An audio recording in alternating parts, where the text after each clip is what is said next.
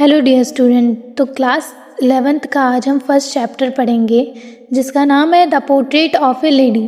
उसके राइटर हैं खुशवंत सिंह। तो पहले हम खुशवंत सिंह के बारे में थोड़ा सा पढ़ेंगे, उसके बाद हम चैप्टर को रीड करेंगे। Khushwant Singh himself is the narrator. इसमें नरेटर का मतलब है कहानीकार। तो इस चैप्टर में जो नरेटर हैं वो खुशवंत सिंह खुद हैं। He was born in Hadali Punjab on 2 February 1915। तो 1915 में पंजाब में इनका जन्म हुआ था। His parents left him with his grandmother when they went to live in the city.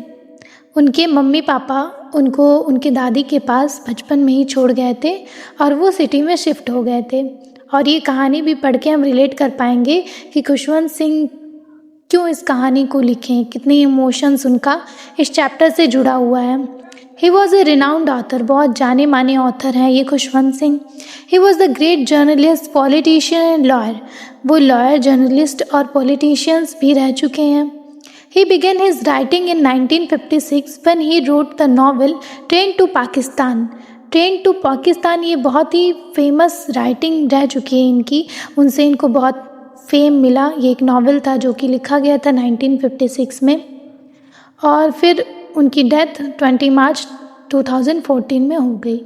ये था राइटर के बारे में। जब हम राइटर के बारे में पढ़ लेते हैं थोड़ा तो हमें आइडिया हो जाता है कि चैप्टर को लिखने का क्या इनका मोटिव था और भी चीज़ें हम रिलेट कर पाते हैं इनकी लाइफ से। तो अब हम अबाउट द लेसन पढ़ेंगे कि यह लेसन किस बारे में है। In the portrait of a lady, Khushwant Singh describe a graphic pen picture of his grandmother. तो पोर्ट्रेट ऑफ ए लेडी यहाँ पर वो उनकी ग्रैंड मदर हैं। जैसे कि हम उनके ऑथर के बारे में पढ़े हैं कि वो अपने ग्रैंड मदर के साथ बचपन में रहते थे, तो बहुत डीप कनेक्शन था इनका ग्रैंड मदर के साथ। He and his grandmother lived in the village home when he was a small child. जब वो छोटे थे तो अपने दादी माँ के साथ रहते थे। She was religious lady. ये एक बहुत धार्मिक पूजा पाठ वाली लेडी थी उनकी दादी। She always would move her lips in a silent prayer. वो हमेशा अपने लिप्स को मूव किया करती थी। साइलेंट प्रेयर मतलब वो प्रार्थना करती थी, भजन कीर्तन बोलती थी, लेकिन साइलेंटली, आवाज़ नहीं आती थी, वो मन में वो प्रेयर करती थी। She died with prayer on her lips. यहाँ तक कि वो जब उनका डेथ हुआ था तो भी वो प्रेयर ही गा रही थी। And rosary in her hand. Rosary मतलब माला, और उस समय भी उनके हाथों में माला था जो जपते हैं और फिर मंत्र पढ़ते हैं, तो वो वाला माला इनके हाथ में था। Now let us read about love, devotion and emotion in the story. अब यहाँ हम खुशवंत सिंह के इमोशंस को, उनके प्यार और उनके डिवोशन मतलब उनकी भक्ति को, तो ये सब हम इस चैप्टर में आगे पढ़ेंगे। Now let's start the test. अब यहाँ खुशवंत सिंह कहते हैं, my grandmother like everybody's grandmother was an old woman. मेरी दादी जैसे हर किसी की दादी होती हैं उसी तरह बूढ़ी हैं। She had been old and wrinkled मतलब झुर्रीदार चेहरा। For the 20 years that I had known her. जैसे कि मैं 20 सालों से उन्हें जान रहा हूँ, मैं इसी रूप में उन्हें देख रहा हूँ, बूढ़ी और झुर्रीदार चेहरे के साथ। People said that she had once been young and pretty and had even had a husband. लोग कहते हैं कि वो कुछ समय पहले वो बहुत सुंदर हुआ करती थी, यंग हुआ करती थी और यहाँ तक कि उनके हस्बैंड भी हुआ करते थे। But that was hard to believe. लेकिन मेरे लिए यह विश्वास कर पाना बहुत मुश्किल है।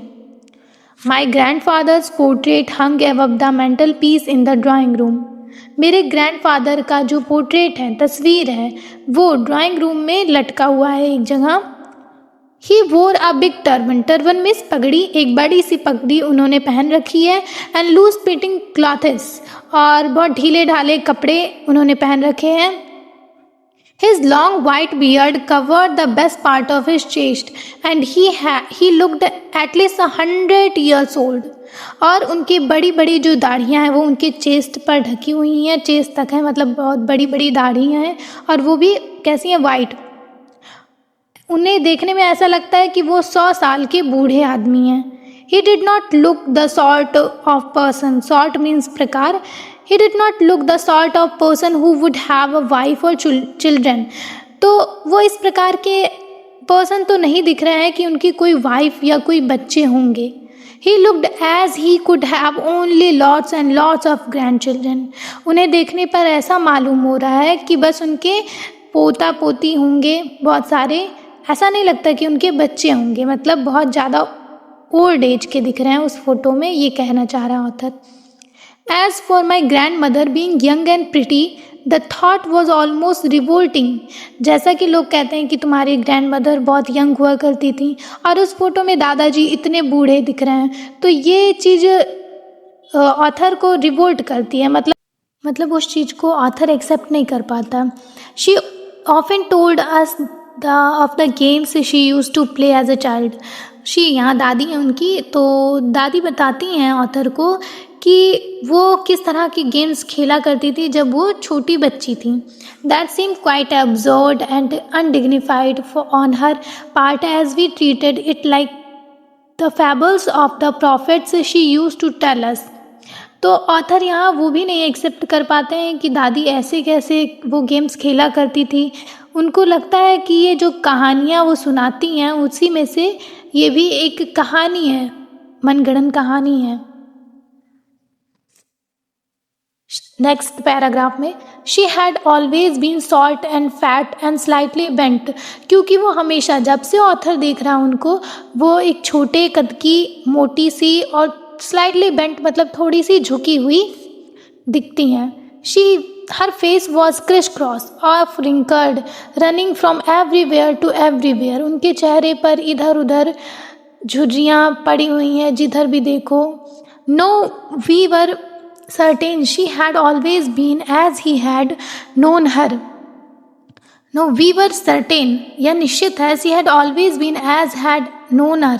वो कहते हैं कि मुझे पक्का विश्वास था वो हमेशा वैसी ही थी जैसे हम उन्हें पहले से जानते थे, क्योंकि जितने ईयर्स ओल्ड है ऑथर अभी, उतने तब से बचपन से ही वो अपने दादी को ऐसे बूढ़े देख रहे हैं, तो वो एक्सेप्ट नहीं कर पा रहे हैं उनकी यंग एज को। Old, so terribly old that she could not have grown older and had stayed at the same age for 20 years. क्योंकि वो 20 सालों से, जब से मैं देख रहा हूँ तब से वो इसी तरह दिख रही हैं। Grown older. She could never have been pretty, but she was always beautiful. ये बहुत अच्छी लाइन लिखा है इन्होंने, बोला है कि she could never have been pretty, जब से मैंने देखा वो उतनी खूबसूरत तो नहीं रही, but she was always beautiful, लेकिन बाई हार्ट, दिल से वो हमेशा सुंदर रही मेरे लिए। She hobbled about the house in spotless white with one hand resting on her waist to balance her stoop and the other telling the beads of rosary. तो ऑथर कहते हैं वो हॉबर्ड, इधर उधर, वो घर के इधर उधर, स्पॉटलेस मतलब कहीं भी घुमा करती हैं दिन भर। एक हाथ उनका रेस्टिंग ऑन हर वेस्ट मतलब कमर पे रहता है ताकि वो अपने आप को बैलेंस कर पाएँ, क्योंकि वो झुक कर चलती हैं, बहुत ज़्यादा बूढ़ी हो चुकी हैं। और दूसरे हाथ से वो रोजरी, बीट्स ऑफ रोजरी, मोतियों के जो माला होते हैं उसको जपती हैं, उसको काउंट करती हैं। Her silver locks were scattered untidily over her pale puckered face and her lips constantly moved in unaudible prayers. उनके जो सिल्वर लॉक्स मतलब सफ़ेद बाल जो थे वो इधर उधर अनटाइडी मतलब खुले हुए बिखरे रहते थे उनके पीले चेहरे पर, और उनके जो लिप्स होते थे वो कॉन्स्टेंटली मूव्ड, वो हमेशा मूव करते रहते थे प्रेयर्स में, बिना आवाज़ के, inaudible. Yes she was beautiful, हाँ वो बहुत सुंदर थी। She was like the winter landscape in the mountain. यहाँ पर राइटर जो है वो फिगर ऑफ स्पीच यूज़ करते हैं कि मेरी दादी जो है वो माउंटेन में जैसे बर्फ़ होती है सफ़ेद, and expense of pure white Sun City, जो चारों ओर ठंडियों में बर्फ़ पहाड़ों पर बिखरी होती है और उसको देख के हमें बहुत शांति मिलती है, ब्रीदिंग पीस मिलती है, मतलब बहुत ज़्यादा शांति मिलती है, संतोष मिलता है उस वातावरण को देख के। उसी तरह मेरी दादी भी उसी माउंटेन की तरह मुझे पीस दे रही हैं, एक संतोष, एक सुख दे रही हैं। Now next paragraph, my grandmother and I were good friends. मैं और मेरी दादी माँ बहुत अच्छे दोस्त थे। And my parents left me with her when they went to live in the city. और मेरी मम्मी पापा मुझे छोड़ गए थे दादी के साथ जब वो शहर में जाने लगे थे। And we were constantly together, और तब से हम साथ साथ रहा करते थे। She use to wake up me in the morning, वो मुझे सुबह उठाती थी। Get ready me for school, मुझे स्कूल के लिए तैयार करती थी। She said her morning prayers in the monotonous sing song while she bathed and dressed me in the hope that I would listen and get to know it by heart. वो जब मुझे तैयार किया करती थी, नहलाकर ड्रेस पहनाया करती थी, तो वो मॉर्निंग प्रेयर, वो जो प्रार्थना था उनका, वो भी गुनगुनाया करती थी ताकि मैं उनसे कुछ सीख सकूं, दिल से उन्हें सुन पाऊं। I listened because I loved her voice but never bothered to learn it. मैं उनकी आवाज़ से बहुत प्यार करता था, बहुत आवाज़ उनकी मुझे पसंद थी, इसलिए मैं उसको सुनता था, लेकिन कभी सीखने की कोशिश नहीं किया उनके प्रेयर को। Then she would fetch me wooden slate which she had already washed and plastered with yellow chalk. अब वो मुझे स्कूल के लिए जैसे कि तैयार कर रही हैं, वो वुडन स्लेट जो भी उनका स्टडी मटेरियल है वो उनको देती हैं। A tiny earthen ink pot, एक इंक पॉट भी देती हैं, and red pen, tie them all in a bundle and hand it to me, सब मुझे रेडी करके देती हैं।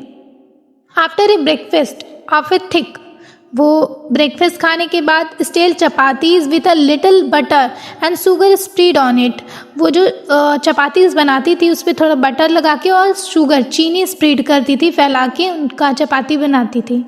वी वेंट टू स्कूल, फिर वो स्कूल जाया करते थे ब्रेकफास्ट करके।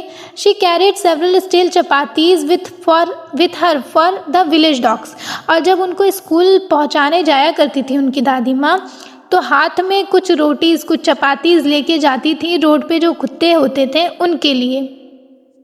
Next paragraph. My grandmother always went to school with me because the school was attached to the temple.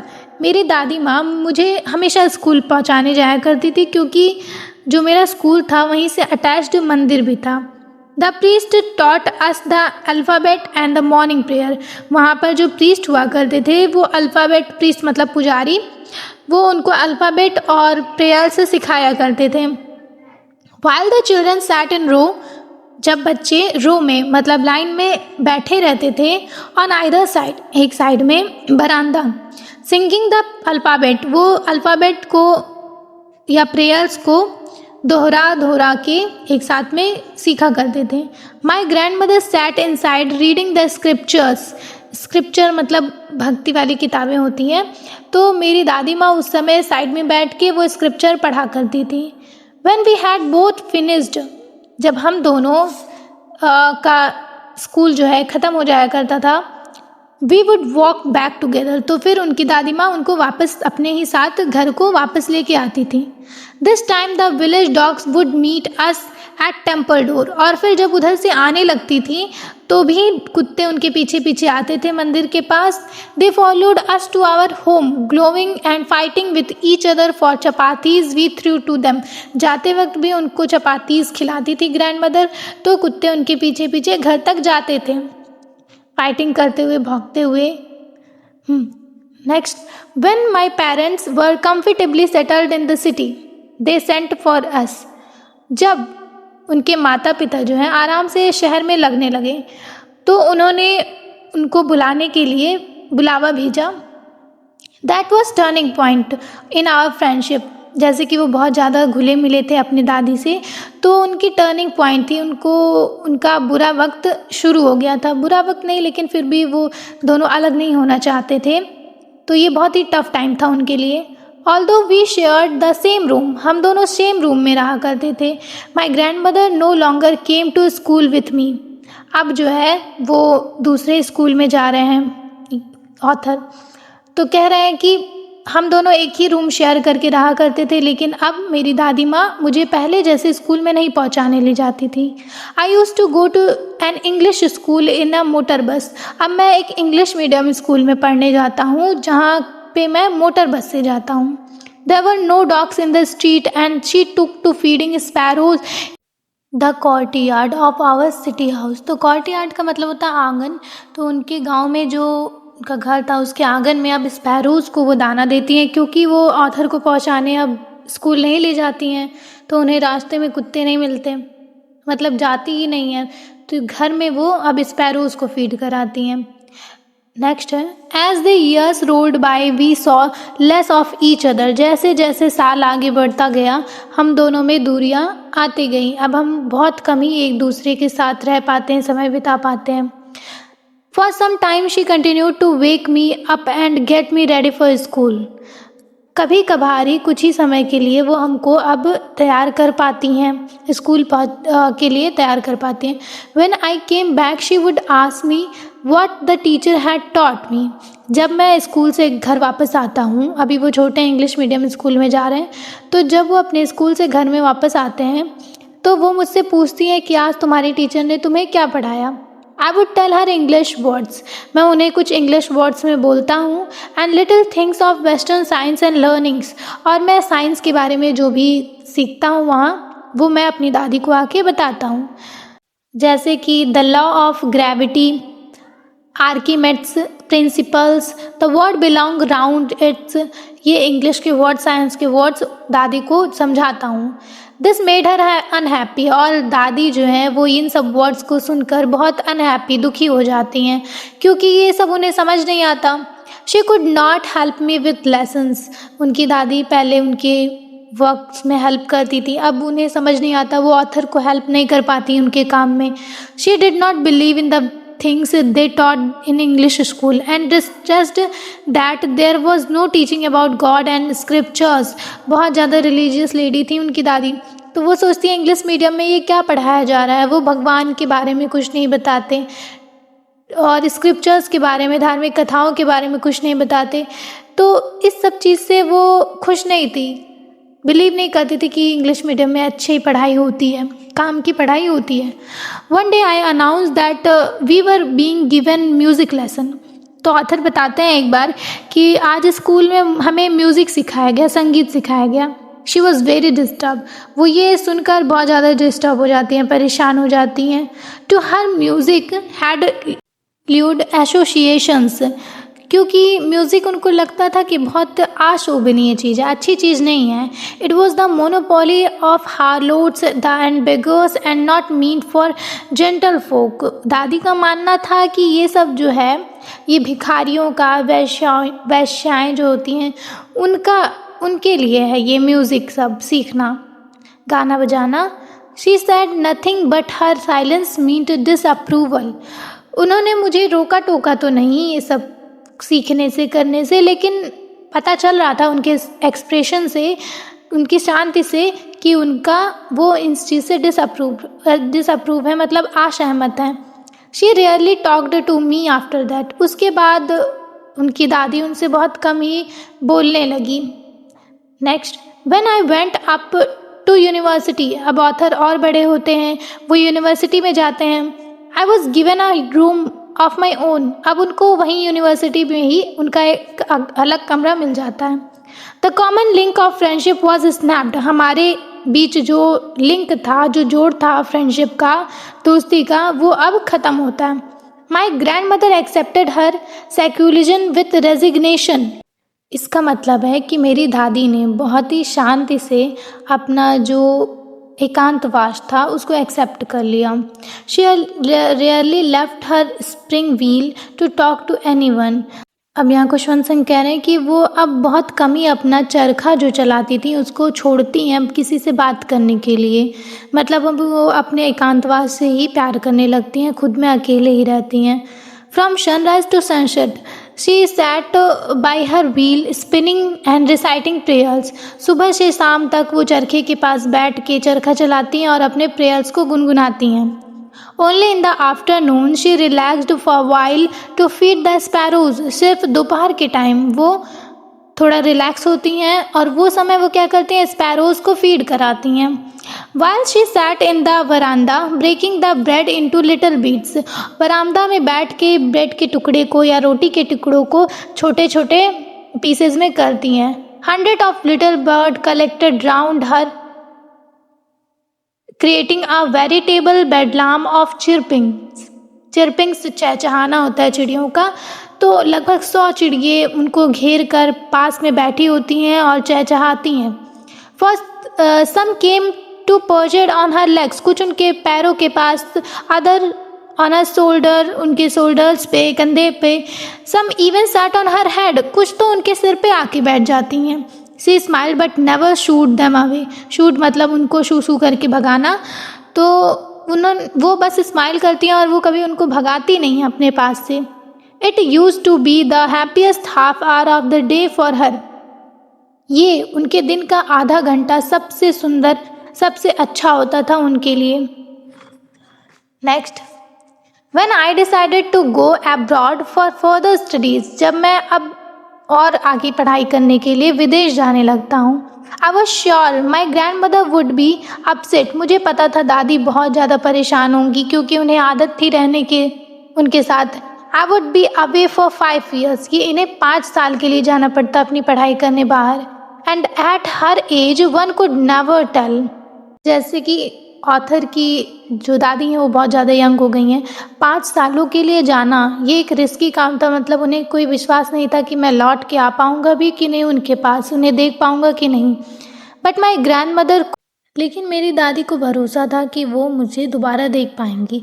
She was not even sentimental, sentimental होना मतलब बहुत ज़्यादा इमोशन होना, तो बहुत ज़्यादा वो इमोशनल नहीं थी, एक्चुअली अंदर से तो थी लेकिन वो शो नहीं कर रही थी। She came to leave me at the railway station but did not talk or show any emotion, वो मुझे रेलवे स्टेशन तक पहुंचाने तो आई थी लेकिन कोई इमोशन वो मुझे नहीं दिखाती हैं। हर लिप्स मूव्ड इन प्रेयर्स, उनके लिप्स जो हैं वो मूव कर रहे थे प्रेयर से, मतलब वो प्रेयर को गा रही थी। Her mind was lost in prayer, उनका जो माइंड था वो भी प्रेयर में लॉस्ट था। हर फिंगर्स पर busy telling beads of her rosary, और उनके जो हाथ थे, उंगलियां जो थी वो बिजी थी उनके मालाओं को गिनने में। Silently she kissed my forehead and when I left I cherished the most imprint as perhaps the last sign of physical contact between us, और फिर उन्होंने चुपचाप मेरे माथे को चूमा, और जब मैं वहाँ से चला गया तो उनका जो कांटेक्ट था, फिज़िकल कांटेक्ट था, वो उनका मन में संभाले रह गया निशानी के तौर पर। Next, but that was not so, लेकिन ऐसा नहीं हुआ। After 5 years I came back home and was met by her at the station, फिर मैं 5 साल बाद अपनी पढ़ाई पूरी करके वापस आता हूँ। She did not look a day older, वो ऐसा जरा भी नहीं लग रहा था कि वो एक और साल बूढ़ी हुई हैं, बिल्कुल भी नहीं लग रहा था। जैसे ऑथर उनको देख के गए थे 5 साल पहले, वैसे ही वो अभी भी हैं। She still had no time for words, अभी भी उनके पास बोलने के लिए समय नहीं है। क्यों नहीं है? क्योंकि वो हमेशा अपने प्रेयर को गुनगुनाया करती हैं। While she was classed me in her arms, जब वो मुझे हग करती हैं, अपने आर्म्स में लेती हैं, I could hear her reciting her prayers, मैं उनके प्रेयर्स को सुन सकता हूँ। Even on the first day of my arrival, जब मैं पहुँचा, अपने घर पे वापस आया गांव पे, पहले ही दिन her happiest moments were with her sparrows, तो भी वो अपना जो हैप्पीएस्ट मोमेंट था वो स्पैरोज के साथ बिताती हैं, स्पैरोज को फीड कराती हैं। Home she fed longer and with frivolous rebukes, जैसे उनको खिलाती थी हमेशा हंसी से, खुशी से, वैसे ही वो अभी भी उन लोगों को रोटियां देती हैं, जो भी खिलाती थी वो खिलाती हैं। In the evening a change came over हर, अब जो शाम होता है तो थोड़ा चेंज आता है। शी डिड नॉट प्रे, ऐसा दिन था जो वो प्रेयर नहीं कर रही थी। She collected the woman of the neighbourhood, वो आसपास की पड़ोसी औरतों को इकट्ठा करती हैं। Got an old drum and started to sing, एक बहुत पुराना सा ड्रम लेके आती हैं बजाने वाला, और फिर गाना स्टार्ट करती हैं खुद। For several hours she thumped the sagging skin of the dilapidated drum, वो कई घंटों तक उस ढीली ढाली ढोलक को बजाती रहती हैं। And sang of the homecoming warriors, और जैसे योद्धाओं के आने पर जश्न मनाया जाता है उसी तरह वो अपने पोते के अराइवल को सेलिब्रेट करती हैं। We had to pursue her to stop to avoid over standing, हम लोग उनको मना करते हैं, रोकते हैं कि जैसे कि वो ओल्ड हो चुकी हैं तो इतना मत बजाइए। That was the first time since I had known her that she did not pray, वो ऐसा पहला टाइम था जब मैं अपनी दादी को देखा था कि वो इस समय प्रेयर नहीं कर रही हैं। इतनी खुश थी कि वो गा बजा रही थी और उसी में वो बिजी थी। द नेक्स्ट मॉर्निंग, उसके बाद अगला सुबह जब होता है, शी वॉज टेकन इल, वो बीमार पड़ जाती हैं। It was a mild fever and the doctor told us that it would go. वो जरा सा बुखार था, डॉक्टर ने बोला कि वो ठीक हो जाएंगी अपने आप। But my grand mother thought differently, लेकिन मेरी ग्रैंड मदर की जो सोच थी वो अलग थी। She told us that her and was near, वो कहती हैं कि मेरी मौत नज़दीक है। She said that since only a few hours before the close of the last chapter of her life, she had omitted to pray. वो हमसे कहती हैं कि मेरे जीवन का कुछ ही पल, कुछ ही घंटा शेष रह चुका है, अब मुझे प्रेयर करने दो। She was not going to waste any more time talking to us. अब वो अपना और समय नहीं जाया करने देना चाहती हैं बातचीत में।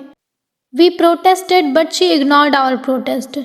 हम उनको रोकते हैं, उनको समझाते हैं, पर वो मानती नहीं है। She lay peacefully in bed praying and telling her bed beads मतलब मोतियों की माला। तो वो बहुत ही शांतिपूर्वक अपने बेड पे लेट जाती हैं और उस माला को जपने लगती हैं। Even before we could suspect her lips stopped moving and rosary felt from her lifeless fingers. जब तक हम उन्हें शांत करवा पाएँ, उन्हें समझा पाएँ, फिर तब तक ही उनके मुंह से वो जो प्रेयर गुनगुनाती थी वो रुक जाता है। उनकी मोतियों की माला जो है वो नीचे गिर जाती है। A peaceful pallor spread on her face, और एक शांति उनके चेहरे पर फैल जाता है। We knew that she was dead, और हम जान जाते हैं कि वो मर चुकी हैं। We lifted her off the bed, हम उन्हें बेड से उतारते हैं जैसा कि रीति रिवाज होता है। laid her on the ground and covered her with red shroud, हम उन्हें ज़मीन पर लिटा के कफन जो होता है रेड कलर का वो पहनाते हैं। After a few hours of mourning we left her alone to make arrangement for her funeral, और फिर कुछ घंटों बाद जब हमारी शोक सभा समाप्त हो जाती है तो हम उन्हें अकेला छोड़ के फिर आगे की जो रस्में होती हैं, रीति होती है, उसको अर्थी के ले जाने की उसका इंतज़ाम करने लगते हैं, अरेंजमेंट करते हैं। In the evening we went to her room with crude stickers to stretchers to take her to be cremated. अब हम उनकी अर्थी को तैयार करते हैं, उनको रूम से लेके आते हैं। The sun was sitting and had lit her room and veranda with a blaze of golden light. अब शाम हो चुकी होती है, सूरज की जो रोशनी है वो बरामदा और उनके रूम में फैली होती है। We stop half way in the courtyard. अब हम आंगन में उनको रोकते हैं, थोड़ी देर के लिए रुकते हैं। All over the veranda and in her room, right up to where she lay dead and stiff, wrapped in the red shroud. Thousands of sparrows sat scattered on the floor. जब हम उन्हें आंगन में लेटाते हैं तो जहाँ वो लेटी होती हैं उसके आसपास हजारों स्पैरोज ज़मीन पर उनको घेरे हुए रहते हैं। देयर वॉज नो चिरपिंग, और बिल्कुल भी चहचहाते नहीं हैं। We felt sorry for the birds and my mother felt some bread for them. मेरी माँ जो है उन स्पैरोज़ के लिए ब्रेड का टुकड़ा लाती हैं। She broke into little crumbs, और उसको छोटे छोटे टुकड़ों में जैसे दादी खिलाती थी उसी तरह देती हैं। The way my grandmother use to and throw it to them, जैसे उनको छोटे छोटे टुकड़ों में देती थी दादी माँ, उसी तरह ऑथर की मदर स्पैरोज़ को देती हैं। The sparrows took no notice of the bread, लेकिन कोई भी स्पैरोज़ ब्रेड पर नोटिस नहीं करता, ध्यान नहीं देता है। When we carried my grandmother corpse off, जब हमें अपने दादी माँ की मृत शरीर को उठा कर ले जा रहा होता है, दे फ्लू अवे क्वाइटली, फिर उनके ले जाने के बाद वो सारे स्पैरोज साइलेंटली बहुत ही शांत होकर वहाँ से उड़ जाते हैं। Next morning the sweeper swept the bread crumbs into the dustbin, और फिर अगली सुबह जो झाड़ू लगाने वाला होता है स्वीपर, वो उन ब्रेड क्रम्स को उठाकर डस्टबिन में डाल देता है। बहुत ही इमोशनल स्टोरी थी। इसमें स्पैरोज़ को दिखाते हैं कि वो स्पैरोज़ भी उनको आखिरी विदा देने आए थे और कितने इमोशंस से भरा हुआ था उनका भी मन, कि उन्होंने ना ही चहचहाया और ना ही वो ब्रेड क्रम्स को खाया। तो यहाँ उनके जो बॉन्ड था उनका जानवरों से, उसको भी दिखाया गया है इस चैप्टर में। यहीं पे ये कहानी ख़त्म हो जाती है। आई होप आपको समझ में आया होगा। Thank you for watching me.